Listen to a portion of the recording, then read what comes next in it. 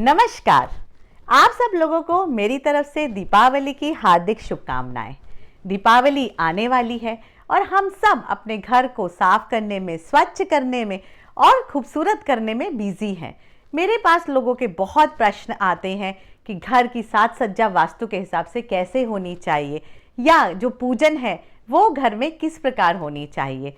तो इस वीडियो में मैं आज आपको कुछ टिप्स देने की कोशिश करूंगी जिसके की हिसाब से वास्तु के आप कैसे रूल्स के अपनी लाइफ को और बेनिफिट कर सकते हैं, कैसे वास्तु की छोटी छोटी सी टिप्स को फॉलो करके आप अपने घर में सुख समृद्धि की वृद्धि कर सकते हैं।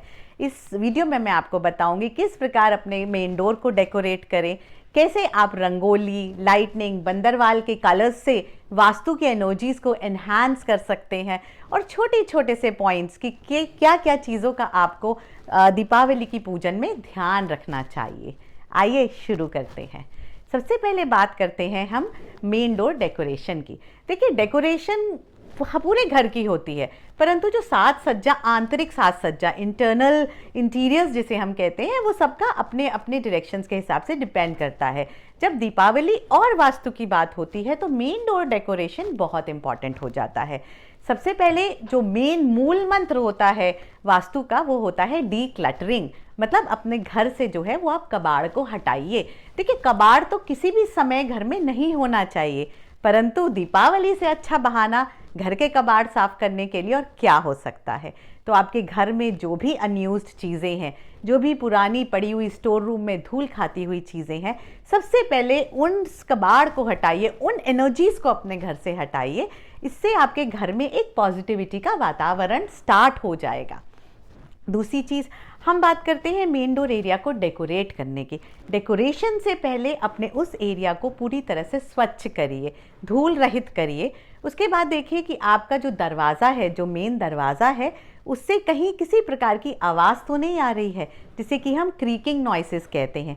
अगर आ रही है तो उसके कब्ज़ों में थोड़ा तेल वगैरह डालिए। उसके बाद देखिए, हम लोगों को सबको आदत होती है घर के बाहर शू रैक रखने की, या कई कई लोग घर के बाहर अपने डस्टबिन्स भी रखते हैं। तो वैसे तो नहीं रखने चाहिए। अगर आप रखते हैं तो उसको कवर्ड रखिए। और ये जो 5 दिन होते हैं जब हम लक्ष्मी जी का आवाहन करते हैं, इन दिनों में घर के बाहर से किसी भी प्रकार के शू रैक वगैरह हटा देने चाहिए। और अगर किसी परिस्थितिवश आप नहीं हटा पा रहे हैं तो आप उनको अच्छे से कवर करके रखिए। ये बात तो हो गई सफाई की, स्वच्छता की। अब आप कैसे अपने मेन डोर को जो है वो डेकोरेट करिए। देखिए, मेन डोर का सबसे अच्छा डेकोरेशन होता है आप स्वास्तिक बनाइए। चांदी का स्वास्तिक बहुत अच्छा होता है, परंतु अगर आप नहीं लगा सकते हैं कोई बात नहीं, आप नॉर्मल स्वास्तिक का साइन आप बाज़ार से खरीद के लगा सकते हैं, या स्वयं जो है वो रोली से स्वास्तिक भी बना सकते हैं।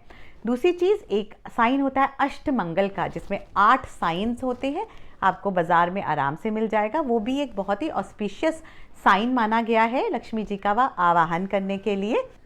तीसरा, एक पद्मनिधि का साइन होता है जिसमें कि लक्ष्मी जी होती हैं, जिनके हाथ से ऐसे कॉइन्स निकल रहे होते हैं। वो एक बहुत ही शुभ जो है वो चिन्ह माना गया है मेन डोर के लिए। अगर आपको ऐसा कुछ मार्केट में मिलता है तो उसे खरीदिए, नहीं मिलता है तो आप उसका एक प्रिंट आउट निकाल कर भी अपने घर के मुख्य द्वार के बाहर लगा सकते हैं। देखिए, आप ये छोटी छोटी चीज़ें अगर करेंगे अपने मुख्य द्वार के बाहर, तो निश्चित मानिए कि आपके घर की आपके जो मेन डोर की जो पॉजिटिविटी है वो ये सब करने से बढ़ जाती है। और हो सकता है लक्ष्मी जी को वो डेकोरेशन बहुत अच्छा लगे अंदर आने के लिए। अब हम बात करते हैं रंगोली, लाइटनिंग और बंदरवाल।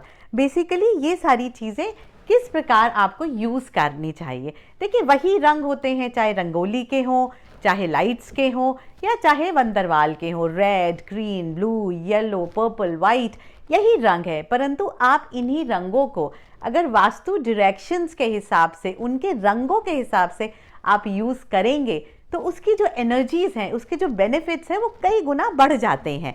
जैसे कि स्टार्ट करते हैं, अगर आपका मुख्य द्वार नॉर्थ फेसिंग है तो ग्रीन कलर का यूज़ करिए, ग्रीन कलर की लाइट ज़्यादा लगाइए। अपनी रंगोली में ग्रीन कलर का, ब्लू कलर का ज़्यादा इस्तेमाल करिए। बंदरवाल जो है वो रेड या ऑरेंज की जगह ग्रीन, ब्लूज़, इस तरीके के, येलो भी यूज़ कर सकते हैं, इस तरीके के कलर यूज़ करिए। ये कलर्स होते हैं नॉर्थ और नॉर्थ ईस्ट के, जिसमें कि हम ग्रीन, ब्लू और येलो का ज़्यादा उपयोग करते हैं। अगर आपका मुख्य द्वार ईस्ट की तरफ आता है तो आप ग्रीन कलर यूज़ कर सकते हैं, येलो यूज़ कर सकते हैं, थोड़ा सा उसमें ऑरेंज डाल सकते हैं। इन्हीं कलर्स में से आप अपनी लाइट्स को चूज़ कर सकते हैं। तो उससे आपकी एनर्जीज़ जो होती हैं, जो हम रंगों से जो एनर्जीज़ जनरेट करते हैं, उसमें बहुत वृद्धि होती है। अगर आपका जो द्वार है वो साउथ ईस्ट में आता है तो अग्नि के रंग यूज़ करिए, रेड, येलो, ऑरेंज, ये सारे अग्नि के कलर यूज़ होते हैं। और आप कोशिश करिए, अगर आपका मुख्य द्वार साउथ ईस्ट में है तो ब्लू कलर, ग्रीन कलर का आप प्रयोग ना करें। ये मैं आपको कॉमन कलर्स बता रही हूँ, जो कि लाइट्स के लिए भी है, रंगोली के लिए भी है और आपके बंदरवाल के लिए भी है, या फिर आप किसी भी प्रकार का कलरफुल डेकोरेशन करते हैं तो आप इन्हीं रंगों का ज़्यादा प्रयोग करिए। अब अगर आपका मुख्य द्वार साउथ की तरफ है तो आप लाल रंग का ज़्यादा प्रयोग करें, रेड, ऑरेंज, जो टेराकोटा वाला ऑरेंज होता है उसका यूज़ करिए। साउथ वेस्ट के मुख्य द्वार का जो रंग होता है वो पीला रंग होता है। वैसे नीला भी होता है बट गहरा नीला होता है, इसलिए हम पीले पे जो है वो ज़्यादा फोकस करते हैं कि आप थोड़ा सा येलो, थोड़ा सा ऑरेंज कलर यूज़ करिए। उसके बाद वेस्ट, नॉर्थ वेस्ट, ये फिर से ग्रीन एंड येलो की टोन्स आ जाती हैं। तो अगर आप इस प्रकार से रंगों को चुनते हैं जो कि आपके मुख्य द्वार या फेसिंग ऑफ द हाउस के हिसाब से होते हैं, तो आप देखिए उससे आपकी एनर्जीज कितनी जल्दी बढ़िया हो जाती हैं, चेंज हो जाती हैं। अगर आप अपने घर को फूलों से डेकोरेट करना चाहते हैं, बिल्कुल करिए, कोशिश करिए अगर आपको इसी रंग के फूलों से आप कर सकें, नहीं तो आप कोई भी रंग के फूल यूज़ कर सकते हैं। पर ध्यान रखिए कि फूल जो है वो रियल होने चाहिए। आर्टिफिशियल फ्लावर्स बहुत उपयोग नहीं करना चाहिए। देखिए, आर्टिफिशियल फ्लावर्स में धीरे धीरे ना नेगेटिव एनर्जीज आने लगती हैं, हम उनकी सफाई नहीं रख पाते हैं, हम उनको अच्छे से उनको मैनेज नहीं कर पाते हैं, इसलिए आर्टिफिशियल फ्लावर्स से डेकोरेशन जो है वो नहीं करना चाहिए।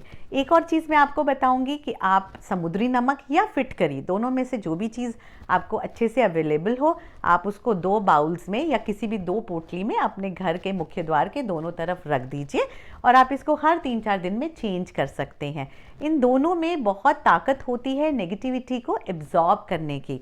तो अगर आपके घर में कोई भी नकारात्मक ऊर्जा आएगी, हमारे द्वारा भी आ सकती है, हमारे पैरों के द्वारा, हमारी चप्पलों के द्वारा, हमारे विचारों के द्वारा, तो उस नेगेटिविटी को वो कम करता है, उस नेगेटिविटी को वो बाहर रखता है। तो ये सारी चीज़ें हो गई हमारे बाहर के मुख्य द्वार के डेकोरेशन के लिए, कि किस प्रकार आप रंगों से, छोटे छोटे टिप्स से आप कैसे वहाँ की जो एनर्जीज़ हैं उनको बहुत अच्छा कर सकते हैं।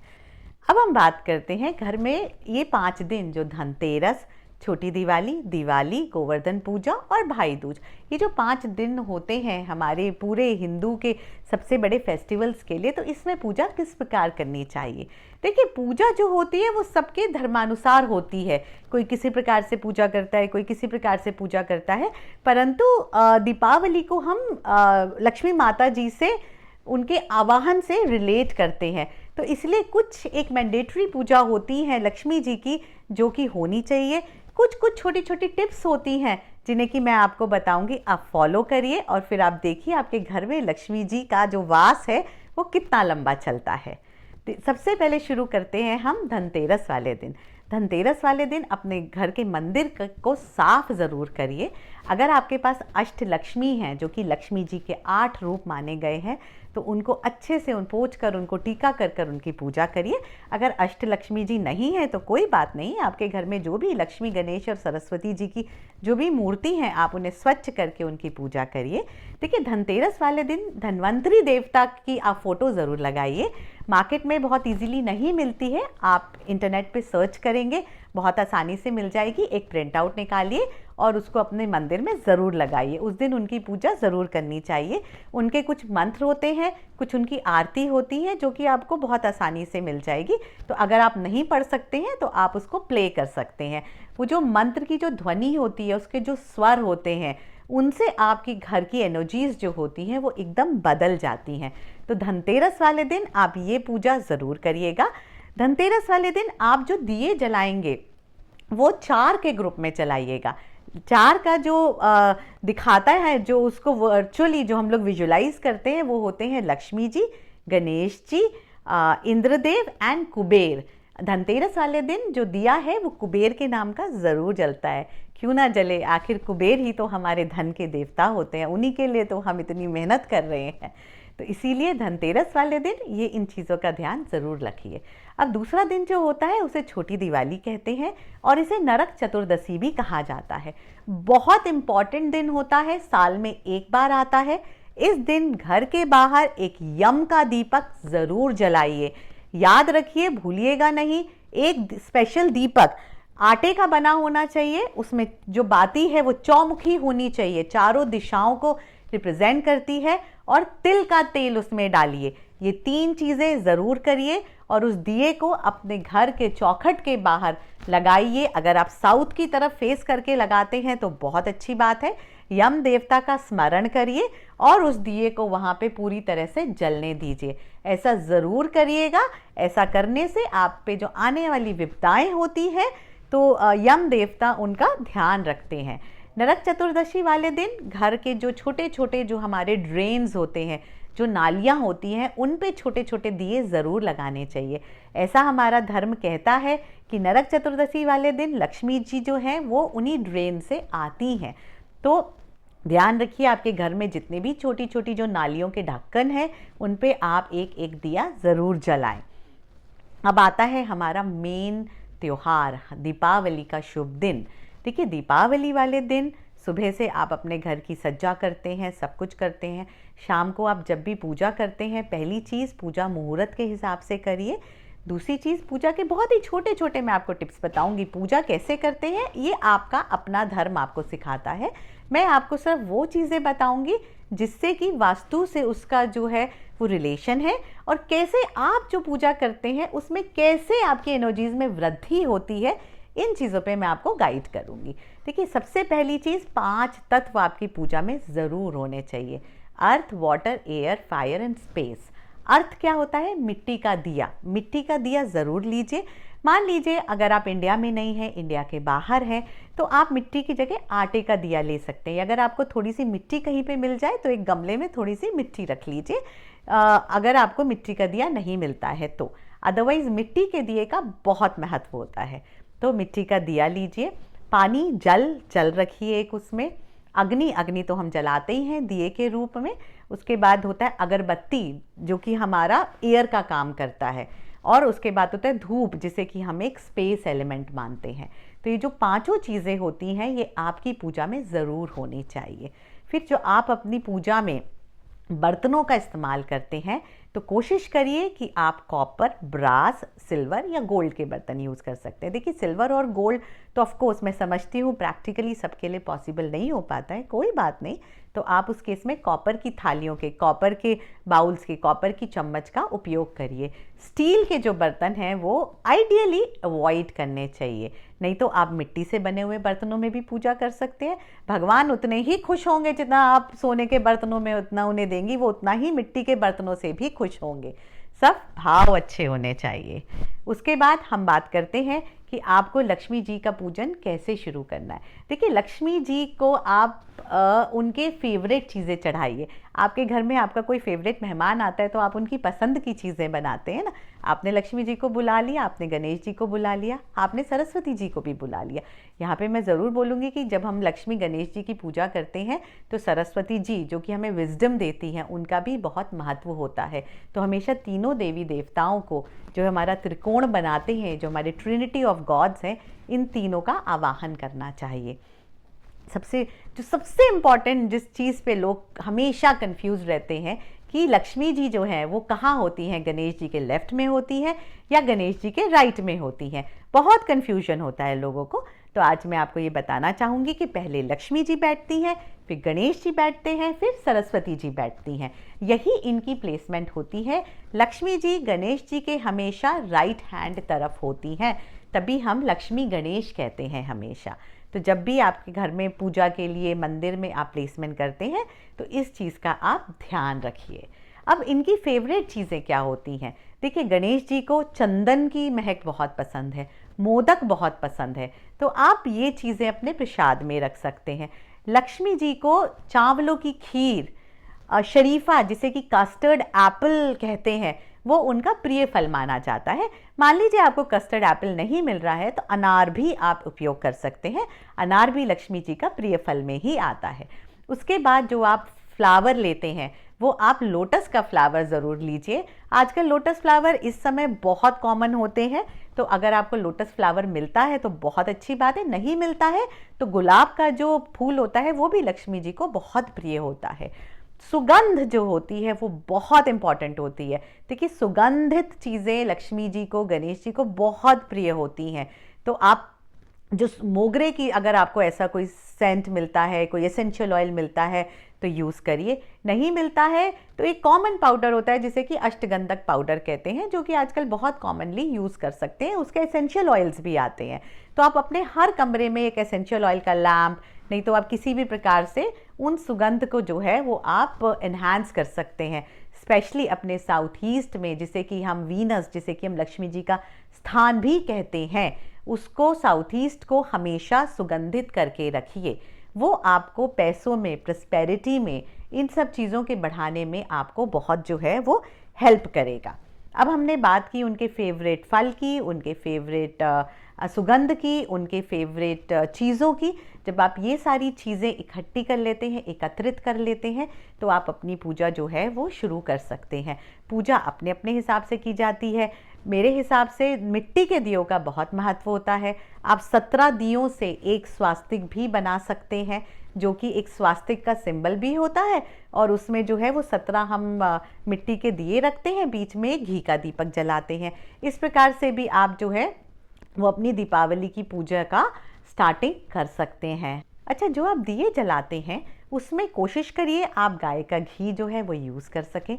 अपनी पूजा में अगर लोभांग, गुगल, इन सब चीज़ों का अगर आप यूज़ करते हैं तो बहुत अच्छी बात है। नहीं आपको ये सारी चीज़ें मिल पाती है, कोई बात नहीं, आप कपूर यूज़ करिए। और कपूर अगर हो सके तो देसी कपूर लीजिए। देसी कपूर की फ्रेगनेंस और उसकी जो नेगेटिविटी को एब्जॉर्ब करने की जो पावर होती है वो बहुत ही अलग होती है। इन सारी चीज़ों के अलावा आप अपने घर में मंत्रों का उच्चारण करिए। आप अपने घर में कोई अपने डेक पे कुछ प्ले कर सकते हैं, मंत्र प्ले करिए, भजन प्ले करिए। इससे हमारी जो डे टू डे की जो हमारी एनर्जीज़ है उनमें बहुत वृद्धि होती है, उनमें बहुत बदलाव आता है। मंत्रों के उच्चारण से जो हम एक ध्वनि जो हम निकालते हैं, तो उस ध्वनि से जितनी भी हमारे घर की नकारात्मक ऊर्जा होती है वो ख़त्म हो जाती है, और घर में एक बहुत ही अच्छी, बहुत ही पॉजिटिविटी आप अपने घर में फील कर सकते हैं। मंत्रों के उच्चारण के साथ साथ आपको ये पता होना चाहिए कि आपको कौन सी पूजा दीपावली वाले दिन ज़रूर करनी चाहिए। देखिए, लक्ष्मी जी का एक पाठ होता है जिसे कि श्री सूक्तम कहते हैं, श्री सूक्त भी कहते हैं। अगर आपको श्री सूक्त आता है तो उसको बिल्कुल कंठस्थ पढ़िए। नहीं आता है कोई बात नहीं, आप रीड करिए। नहीं कर सकते हैं तो आप उसको कहीं पे भी प्ले कर लीजिए, सब उसकी ध्वनि घर में आनी चाहिए। तो श्री सूक्त का पाठ करिए, लक्ष्मी चालीसा पढ़िए, गणेश चालीसा पढ़िए, और उसके बाद लक्ष्मी जी और गणेश जी के मंत्र पढ़कर उनकी आरती अवश्य करिए। अगर आप इतनी सी पूजा भी कर लेते हैं तो लक्ष्मी जी प्रसन्न हो जाती हैं। तो अगर आप ये छोटे छोटे टिप्स फॉलो करेंगे तो यकीन मानिए लक्ष्मी जी आपके घर में आएंगी और वास भी करेंगी। एक बार फिर से आप सबको मेरी तरफ से दीपावली की बहुत बहुत शुभकामनाएं। भगवान आपके जीवन में समृद्धि की वृद्धि करे। अगर आपको मेरा वीडियो अच्छा लगे तो लाइक करिए। अगर आपका कोई सुझाव है तो चैट बॉक्स में मुझे ज़रूर बताइए, और इस चैनल को सब्सक्राइब। धन्यवाद। जय हिंद।